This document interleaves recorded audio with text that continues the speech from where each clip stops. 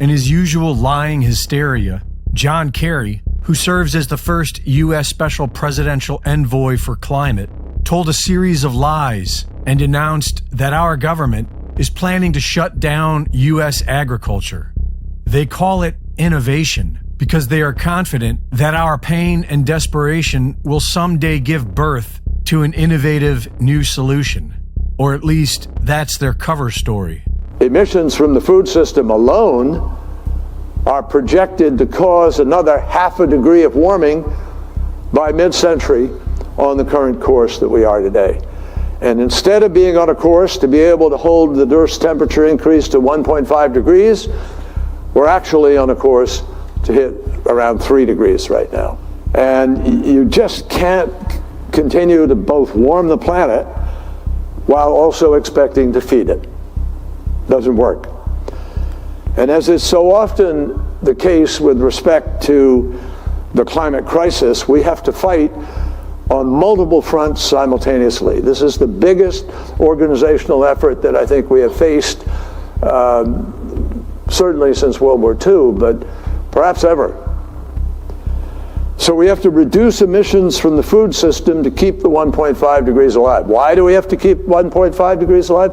Because scientists, as a basis of physics and mathematics, not ideology and politics or party labels or anything else, as a matter of physics and mathematics and some biology and chemistry have told us these are the consequences. Everything out of his mouth is a lie. The exact opposite of what he says is true. The scientists he is referring to are almost all on the United Nations payroll. The real scientific community of the world realize that the world's climate has changed in extreme, erratic ways over the years without human pollution. In one of the most recent studies, Our House University researchers found that the Arctic had ice-free summers just 10,000 years ago. And ice core samples show that the Earth is in a cooling period, not a warming one. But these decrepit old gatekeepers want us all dead because the system isn't giving up control.